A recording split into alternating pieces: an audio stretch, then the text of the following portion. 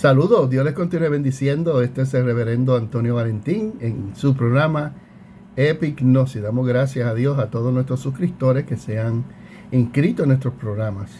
Le invitamos a que usted también sea parte de este programa, de este canal Epignosis, para que pueda seguir instruyéndose en los temas de escatología, soteriología, neumatología y otros. Estamos aquí para enseñar la palabra del Señor conforme Dios nos ha dado ese entendimiento y esa sabiduría para impartirla al pueblo del Señor. Queremos que usted haga sus comentarios, que aporte, ¿verdad?, sus sentires con todo respeto y toda gentileza, porque este programa no está creado para crear debates descontrolables, irrespetuosos. Deseamos la paz y la armonía dentro de los procesos teológicos de enseñanzas bíblicos. Así que le invitamos a que postule su comentario. Bendecido sea el nombre del Señor Jesucristo. Si no se ha suscrito, le invitamos a que pueda suscribirse a su programa Epignosis, para que así, ¿verdad?, pueda recibir esas alertas de nuestros nuevos programas y nuestras nuevas enseñanzas. En estos días he estado trabajando con el libro de Daniel, un libro muy importante. Específicamente hemos estado elaborando sobre el capítulo 9, desde los versículos 24 en adelante, donde allí pues nos habla sobre las 70 semanas de Daniel, y estuvimos específicamente hace 2 programas atrás hablando sobre el verso 24 absoluto, porque en él se desarrolla una especie de resumen de todo lo que compone. En ese solo verso describe los temas principales de las 70 semanas de Daniel. Y estuvimos hablando sobre ese proceso bien importante. Y siempre di un resumen para que así mis oyentes y aquellos que nos están visualizando puedan estar, ¿verdad?, a tiempo, ¿verdad?, puedan acomodarse a nuestra estructura de enseñanza. Estuvimos hablando sobre en el versículo 24, que nos habla sobre el pueblo santo de Dios, que se refiere a los judíos y no a la iglesia. También estuvimos hablando sobre que el propósito de las 70 semanas de Daniel es para expiar la iniquidad. Eso tuvo su cumplimiento en Cristo Jesús en la cruz del Calvario, que expió la iniquidad, que quitó el pecado, el poder del pecado condenatorio, para que todo aquel que en él crea, ¿verdad?, se salve, reciba salvación, vida eterna. Salga de la muerte espiritual a la muerte, a la vida espiritual, por cierto, a lo que llamamos nosotros la resurrección espiritual. Que Pablo pues aborda sobre ese tema en el capítulo 6 de Romanos, muy interesante, que es bueno que usted también pueda estudiarlo y leerlo. Y estuvimos hablando que también sobre la conclusión de que el Santo de los Santos sería ungido. Eso nos está hablando a nosotros, ¿verdad?, sobre ese ministerio de Jesucristo, su propósito, ¿verdad?, y su cumplimiento en su perfección. Teletentai, talatantai, que significa todo está hecho, todo está cumplido. En ese momento específico, amén, es un periodo, un momento muy especial dentro de la profecía de Daniel, porque nos está llevando desde un propósito hacia una conclusión. ¿Okay? Como había mencionado, hay diferentes tipos de escuelas que creen de una forma u otra, y a todas las respetamos, ¿verdad? Pero de acuerdo a mis estudios, a mis investigaciones, pues estoy, ¿verdad?, tengo mis propias ideas y tengo mis propias conclusiones concerniente a este panorama bíblico y profético muy importante. Hoy no vamos a estar hablando sobre el cumplimiento de todas las cosas, que es un tema que hay que tocarlo después, más adelante. Pero en el otro programa estuve hablando sobre la salida de la orden, que me habla entonces Daniel capítulo 9, desde la salida de la orden para restaurar el templo y la ciudad santa, refiriéndose a Jerusalén, como usted quiera llamarle, el Sion, Jerusalén, ciudad santa. Estuvimos hablando sobre el cumplimiento histórico de ese evento, porque se dice que la semana de Daniel comienza desde la orden. ¿Okay? Y había mencionado en forma resumida de que hay diferentes postulaciones. Hay algunos que piensan que esto comenzó con Nehemías, la orden de Nehemías. Cuando vamos al libro de Nehemías, que hay ¿verdad? Hay un escenario en el primer capítulo donde Nehemías recibe alguna información de aquellos que han quedado atrás. Posiblemente está hablando de los que se quedaron, que no fueron captados, no fueron llevados al cautiverio, sino que los menesterosos y las personas, ¿verdad?, marginadas que se quedaron en Jerusalén, la destruida, y allá trataron de sobrevivir, pero posiblemente también esté hablando sobre los que ya se habían ido anteriormente, pero que estaban sufriendo lo que llama Daniel, posiblemente, ¿verdad?, en su profecía, capítulo 9, que la construcción del nuevo templo, que cuando hablamos del nuevo templo estamos hablando del segundo templo, sería en tiempos angustiosos. Y estuve hablando, ¿verdad?, de que Ageo y Zacarías fueron profetas importantísimos, ya que ellos dieron motivación y exhortación a que el pueblo, que tuvo 14 años detenido en una pausa por causa de los enemigos y los tiempos angustiosos, detuvieron la obra. Creo que Ageo y Zacarías son unos profetas que hay que tomar en consideración, porque son los profetas del avivamiento, del despertar.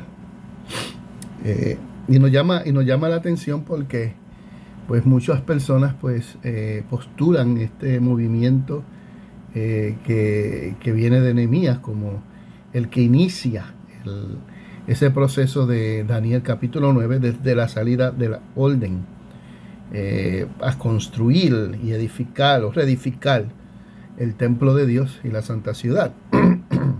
Hay algunos que creen que fue Artajerjes. Artajerjes fue un rey muy importante también dentro de los procesos, que también tuvo que moverse bajo ese espíritu de restauración, lo mismo que hizo Darío. Darío fue otro de los reyes de Medo-Persa, que también aportó a esta reconstrucción. Nehemías se mueve ya en el periodo de Artajerjes, la orden de la salida, a través de Artajerjes, que le da permiso. Pero estuve yo postulando que Daniel capítulo 9, versículo 25, desde la orden de la salida para construir y edificar el templo y la santa ciudad, fueron iniciados desde Ciro. El problema de todo esto es que, como había hablado resumidamente, que hay unas fechas diferentes. Y al nosotros describir ciertas fechas, pues pueden haber unas marginaciones en ellas. Hay personas que quieren acomodar su idea a ciertas fechas para poder, por lo menos, estamos hablando de los futuristas, que para ellos no se ha cumplido parte de las 70 semanas, y inclusive estamos entre las 69 y las 70 semanas, quiere decir que hay una pausa, según ellos. Pero dentro de lo que la Biblia nos enseña, la narración profética, no existe ningún tipo de pausa. El versículo 24 es clave en todo esto y tenemos que tenerlo en consideración. Pero hoy estaremos hablando un poco sobre el rey Ciro, porque estoy hablando que de acuerdo como yo postulo, el rey Ciro fue el personaje principal, el rey, el que vino y derrotó a los babilónicos. Un rey muy importante, ¿verdad? Se le llamaba Ciro el Grande en la Biblia, que por cierto, Isaías capítulo 45 nos habla, que ya mismo vamos a estar leyendo sobre Isaías 45, que nos habla sobre la profecía de Ciro. Y Ciro se menciona 23 veces por nombre en las escrituras como un personaje bien importante. Era el rey de Persia y era un monarca, ¿verdad? bajo el cual, ¿verdad? Acabó con la cautividad. Mire bien esto, acabó con la cautividad babilónica. ¿Y por qué acabó con la cautividad babilónica? Porque Ciro el Grande tomó en consideración aquellos extranjeros cautivos. Porque, mire, hablamos mucho de que los judíos fueron aquellos que fueron libertados para volver a su propia tierra, pero no fueron los únicos. De acuerdo a la historia, Ciro tuvo empatía por algunas causas y características en su reinado que llevó a establecer una ley para liberar no solamente a los judíos, sino otras naciones también que estaban cautivas en Babilonia. Y el rey Ciro es un personaje bien importante, bien importante. Lo tenemos que considerar dentro de esta profecía, porque él es el que inicia y el que decretar, la reconstrucción del templo.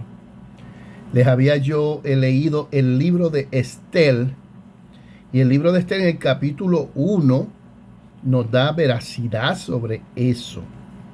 Nos dice que Ciro el Grande, siervo de Dios, recibió de parte de Dios el mensaje para reconstruir el templo y la santa ciudad.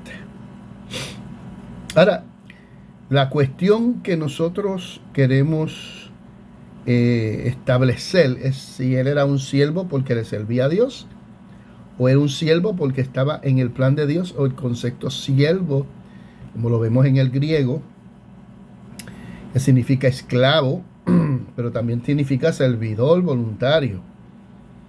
Si aquí en hebreo el concepto siervo significa esclavo como tal, o alguna persona que es usada por Dios para llevar y cumplir unos propósitos históricos, proféticos y escatológicos. La historia nos dice que Ciro adoró, cuando entró a Babilonia, adoró al dios Maloc. El dios Maloc quiere decir que entonces Ciro tenía lo que podemos llamar un sincretismo religioso. Estas personas, como príncipes y reyes, eran muy estratégicos. Él creía mucho en la unidad, en la paz dentro de los procesos de conquista. Él no era de esos conquistadores que venían a destruir, a arruinar, a romper y a deshacer. Él sí tenía sus ambiciones a un reinado próspero, ¿okay? Un reinado longevo, un reinado sin fin, posiblemente. Pero nosotros ya conocemos, en el libro de Daniel nos habla sobre la estatua que vio Nabucodonosor, y vemos que esta estatua tenía varios elementos, y Medopesa representaba el pectoral, que prácticamente era el material de la plata, ¿okay?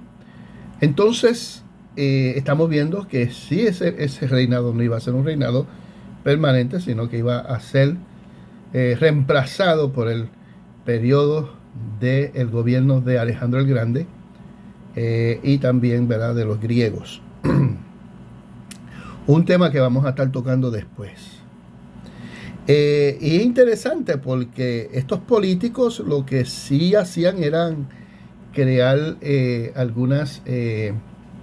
algunos acuerdos políticos religiosos para permanecer en la paz. Ahora, hay un fenómeno, ya que Isaías, voy a buscarlo por aquí, Isaías 45 nos habla a nosotros sobre el rey Ciro, el rey de Persia, y que es importante nosotros poder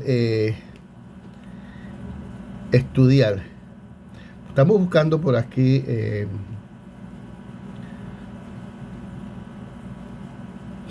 Aquí estamos buscando, ¿verdad? En Isaías 45, del versículo del 1 al 10. Es bueno que usted, estos personajes históricos, proféticos, que han tenido que ver en la historia del cumplimiento de la Biblia, del programa, hablando adecuadamente del programa escatológico de Dios, son personajes que representan símbolos, tienen una temática muy importante. Y el rey de ¿verdad? Ciro el Grande, los judíos lo pudieron ver a él como un Mesías. Y nosotros sabemos que el concepto de Mesías significa el ungido de Dios. Pero ese concepto de Mesías, el ungido de Dios, significaba aquel que Dios separaba para traer cambios políticos. Por eso fue que cuando Cristo vino, creían y pensaban de nuestro Señor Salvador que Él tenía un programa político y que en Él se estaba cumpliendo, que por cierto sí se estaba cumpliendo, que Él es el ungido Hijo de Dios, el ungido, el Mesías, el libertador. Pero el trasfondo histórico, ¿verdad? De este pueblo es que ellos deseaban una liberación política, ¿verdad? Estatal de los romanos. Pero aquí Ciro es un personaje profético, ¿verdad? Ya que Isaías ya también había hablado sobre él.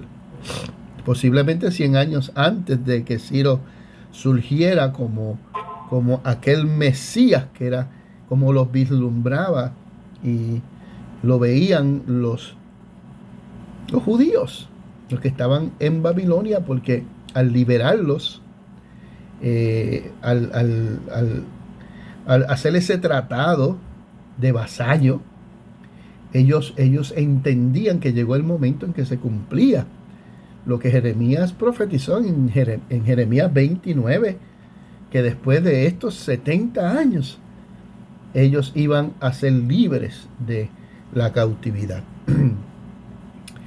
Pero para que usted vea que yo no estoy hablando sandeces, sino que estoy tomando en consideración la Biblia y también en consideración la palabra de Dios. La palabra de Dios es inspirada por Dios, útil para exhortar, enseñar, redarguir y preparar al hombre para que esté listo para toda buena obra. Y que ella dice la palabra que ella es palabra de Dios, y que para enseñarnos a nosotros el camino y la voluntad de Dios. Entonces Isaías es un profeta de la restauración. Oiga bien esto. Hay una escuela que enseña lo que se llama el Trito Isaías. Inclusive yo en la escuela teológica, seminario teológico que estudié, ellos dieron una clase sobre el Trito Isaías, donde nos habla sobre un post-Isaías y también nos habla sobre un Deutero Isaías y un Trito Isaías. De acuerdo a esa enseñanza, el Isaías que corresponde a este capítulo es el Deutero Isaías, el que nos está hablando a nosotros entonces de una liberación. Eso es otro tema que vamos a estar tocando luego. Algunos pues postulan de que todo el libro de Isaías fue escrito por un solo personaje, Isaías como tal. Pero se encuentran con unos asuntos y unos cambios dentro de ciertos capítulos que realmente tienen un periodo de tiempo bastante amplio, donde es imposible que el primer Isaías fuese el que estuviese escribiendo desde el 40 en adelante, y después entra el Trito Isaías, otro Isaías, porque el primer Isaías nos está hablando a nosotros sobre la exhortación que Dios le está dando a los judíos en Judá, ¿verdad?, que están en desobediencia, y después el periodo después nos está hablando sobre un mensaje esperanzador, un mensaje de liberación, ¿okay?, un mensaje de gloria y de poder. un mensaje que da ánimo al pueblo, a que el pueblo va a recibir a través de esta voz profética concerniente a su liberación. Y después tenemos otros capítulos hasta el final que nos habla sobre los judíos ya en su tierra, ya con relación al templo. Fíjese esto, ya el templo ya estaba construido. ¿Y qué ejemplo le damos? Bueno, Isaías 58 nos habla a nosotros sobre el ayuno que Dios escogió, que no es un ayuno para oprimir al prójimo. Entonces está hablando de que ellos van al templo y que se humillan y oran, pero sin embargo cuando salen de esas humillaciones del templo, entonces continúan en su conducta de opresor. Entonces hay una exhortación ya que es imposible que el primer Isaías sea el que estuvo profetizando en Isaías 58. Sin embargo, cuando vamos a Isaías, Isaías entonces, capítulo 1, vemos que menciona claramente que Isaías profetizó hasta Sennacherib, algo que hay que tomar en consideración. Y aquí Isaías está profetizando ya sobre la liberación y sobre este personaje de Ciro. Fíjese cómo dice la nueva versión internacional, dice, así dice el Señor, así dice Jehová a Ciro. Posiblemente hubieron 100 años antes de que Ciro apareciera en la historia cuando se profetiza esto. Pero entonces está profetizando. Esto es un fenómeno profético del Antiguo Testamento, de los profetas. Y es que cuando los profetas profetizaban no había en ese tiempo del pasado, presente y futuro, sino que ellos lo veían como un tiempo presente. No es como nosotros que tenemos pasado, presente y futuro. Los profetas lo veían como algo presente. Fíjense que le llama, así dice el Señor a Ciro, su ungido. Le está hablando ungido. Posiblemente en algunas otras versiones mencione el concepto de siervo. Pero aquí le está llamando ungido o Mesías. La nueva versión internacional está un poquito más aceptable al original, ya que el concepto que se está usando aquí es el ungido. Fíjense que Ciro, el Mesías, con intencionalidad, el profeta Isaías menciona su nombre. Porque la intención profética es que este personaje sea el exclusivo y el escogido por Dios para libertar a aquellos que estaban cautivos, de acuerdo a Jeremías capítulo 29.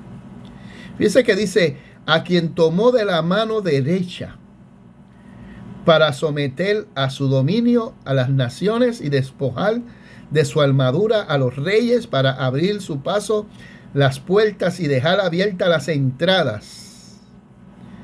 Esto está en una forma, ¿verdad? Poética.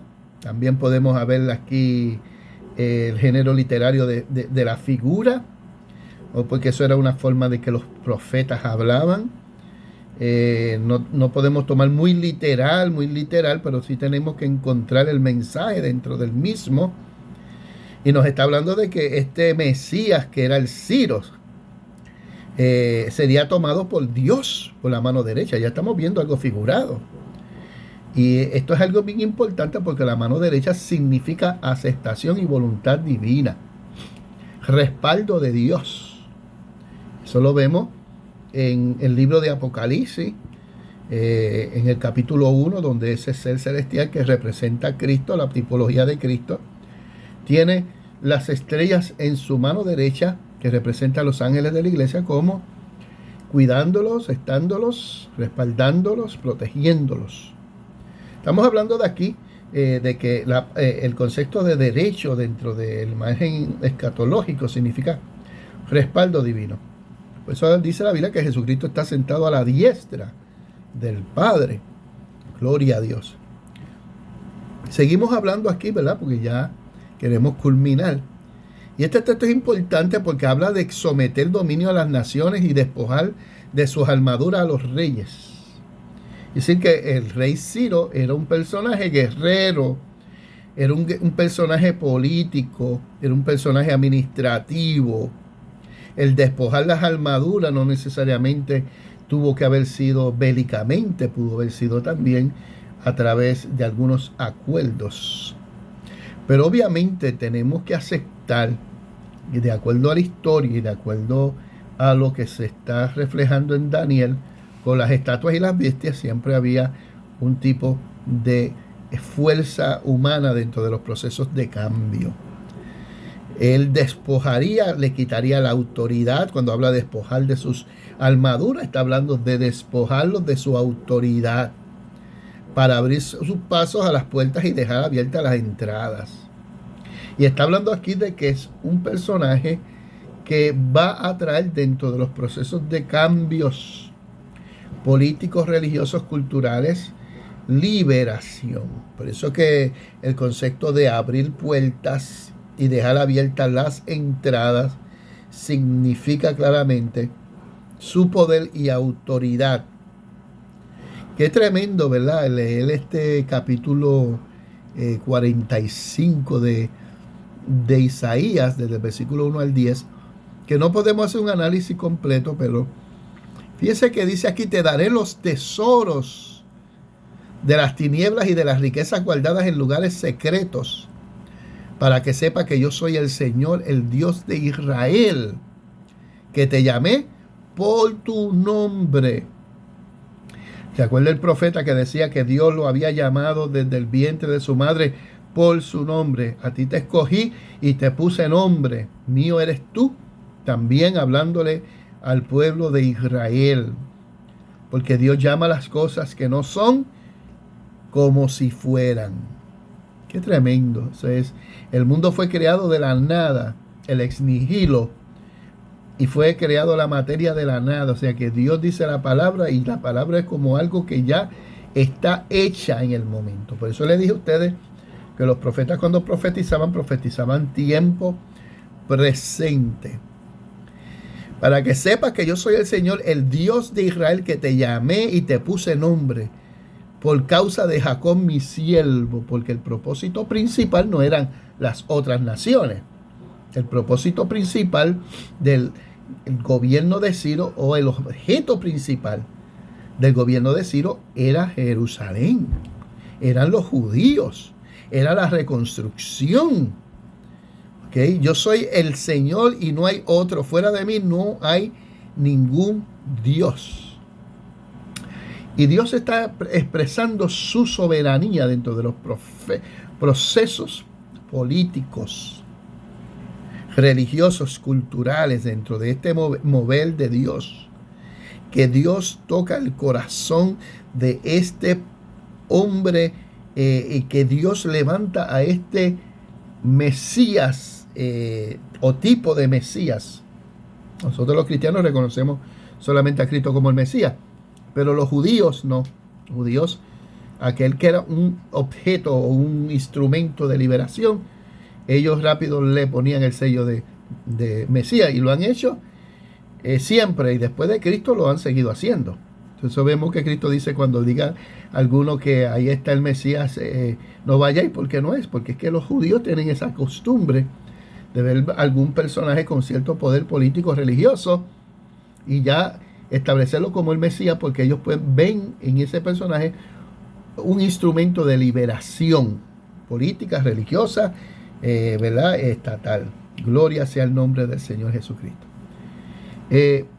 Pero Isaías no es tan Mesías como algunos pretenden. Y este concepto de que Dios le llama el ungido, hay que mirarlo con cuidado. Hay que mirarlo con la voz profética. Él no era tan ungido como nosotros pretendemos, en esa forma santa y pura, que como Dios ungió a esos hombres, ¿verdad? Que fueron utilizados por Dios grandemente, sino lo que es una figura. Lo que ese de mi ungido, mi Mesías, es una figura donde da a entender que Ciro es aquel que ha de cumplir con su gobierno Daniel capítulo 9, versículo 26, 25, posiblemente, donde dice que desde la orden, y esa orden tiene su cumplimiento en Ciro, que nos habla, ¿verdad?, de que Dios le dio esa proclamación. Vamos a buscar Estel capítulo 1, que buscando aquí mi Biblia virtual, gloria sea el nombre del Señor, porque estamos aquí en Búfalo y no pudimos traer la Biblia de papel. Pero sí, es importante porque estamos viendo cómo la profecía ha tenido su cumplimiento y nosotros la hemos podido ver ya cumplida, ¿verdad?, a través de la historia. Estel, vamos a buscar aquí por aquí Estel. Perdón, el libro de Estel, no, el libro de Esdra, discúlpeme. Libro de Esdra es el libro que me estaba refiriendo, no el de Estel. Pasa que Estel también históricamente tiene que ver ya para esa época ya de Medo-Persa, quizás de Artajerjes, donde ese evento, ¿verdad?, que nosotros ya conocemos con Estel. Y habíamos mencionado que Estel representa el grupo de judíos que se quedaron en la diáspora, que no volvieron a Jerusalén.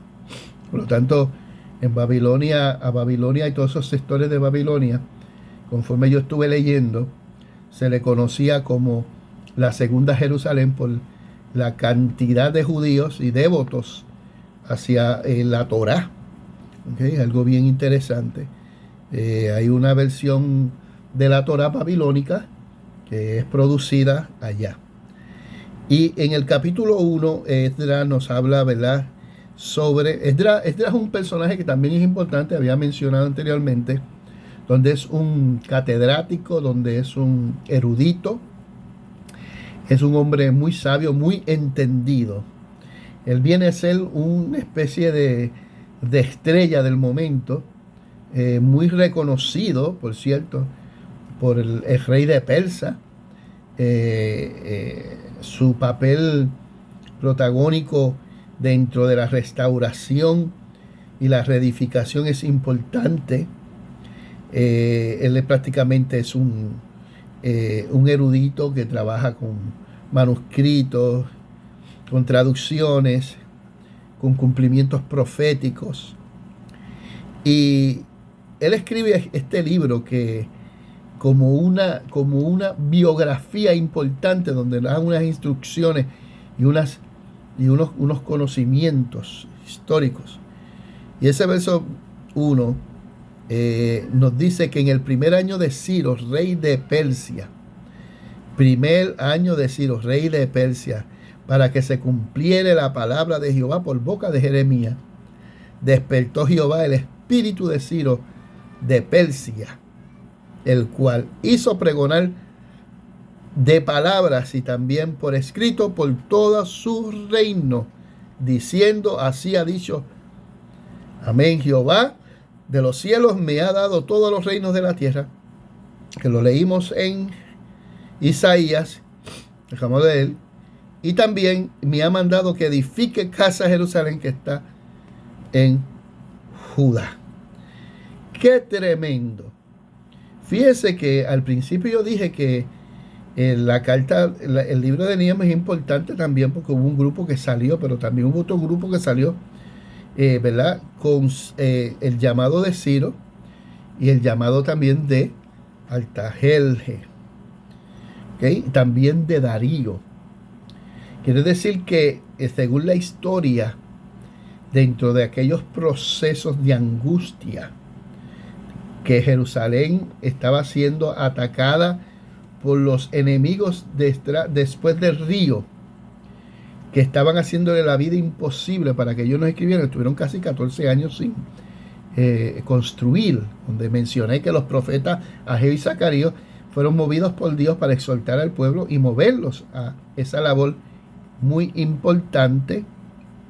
Vemos claramente cómo ellos tuvieron que releer o buscar, por lo menos Artajerjes tuvo que buscar dentro de las crónicas ese edicto importante de Ciro, porque ya había sido bombardeado por los enemigos contra los que estaban en Jerusalén. Y de esa forma, el enemigo siempre ha tratado de obstaculizar esos propósitos de Dios dentro del plan profético para Jerusalén y ahora para la iglesia. Por lo tanto, tenemos que entender todo este proyecto de capítulo 9 de Daniel históricamente, porque si sacamos o eliminamos la parte histórica nos vamos a perder. O vamos a comenzar a establecer ideas como lo han hecho otras personas. Así que yo les voy a invitar a que ustedes puedan ser parte de esta lectura de Isaías 45 del versículo 1 al 10, de Esdras capítulo 1 y también de Daniel capítulo 9 desde los versículos 24 en adelante, y vamos a seguir, vamos a continuar con esto porque esto no se puede parar y tenemos que enseñarlo, ¿verdad?, de acuerdo a cómo se debe de enseñar. Ahora, para finalizar, mi punto de vista aquí mi idea central es presentar estos eventos históricos con Ciro, porque yo soy de los que postulo de que Ciro fue el personaje que Dios escogió en cumplimiento a Daniel capítulo 9, versículo 25, desde la orden. Y esa orden se cumple con Ciro. No se cumplió con Artajerjes ni se cumplió con Darío. Se cumplió con Ciro el Grande. Así que seguimos indagando sobre esto porque es importante entenderlo así. Cuando buscamos el patrón de las fechas, que es algo que vamos a estar estudiando luego, vamos a ver que, como dice Daniel capítulo, que vamos a buscar aquí, discúlpenme, Daniel, el libro de Daniel, profeta Daniel, capítulo 9, versículo 24, que dice: 70 semanas están determinadas sobre tu pueblo y sobre tu santa ciudad, hablando de los judíos, y para terminar la prevaricación y poner fin al pecado y expiar la iniquidad, quiere decir en los procesos de redención humana, y para traer la justicia perdurable, quiere decir que el hombre sería declarado justo a través de la fe en Jesucristo y ungir al santo de los santos, que significa esto, entonces que Cristo se sienta a la diestra del Padre. Y después dice el verso 25, sabe pues y entiende que desde la salida de la orden para restaurar y edificar a Jerusalén hasta el Mesías príncipe, dice, habrán ¿cuántas? 7 semanas y 62 semanas, que serían claramente, ¿verdad?, un periodo de tiempo que lo vamos a estar analizando luegamente. Se volverá a edificar la plaza del muro en tiempos angustiosos. Así que esto es como un resumen antes del versículo 26, porque ya nos está hablando sobre la composición histórica cumplida, ¿okay?, especialmente en la era entre el Antiguo y el Nuevo Testamento, en ese proceso que se le llaman los 400 años de silencio, donde hubo unos acontecimientos históricos importantes. Así que vamos a estar analizando esto paso por paso, quizás en los próximos programas. Bueno, hoy quisimos hablar un poquito sobre Ciro para que tenga un mayor entendimiento y sienta la influencia o la necesidad de estudiar este personaje. Así que Dios les bendiga, Dios les guarde a todos. Este ha sido su hermano reverendo Antonio Valentín aquí en su programa Epignosis, y le invitamos a que usted se pueda suscribir a nuestro programa para que pueda continuar recibiendo enseñanzas. Y así que respáldenos con un like, y como les dije anteriormente al principio del programa, puede hacer sus comentarios comentarios con respeto, amén, con espíritu de estudio, de análisis, amén, que nos podamos entre todos edificar y aprender.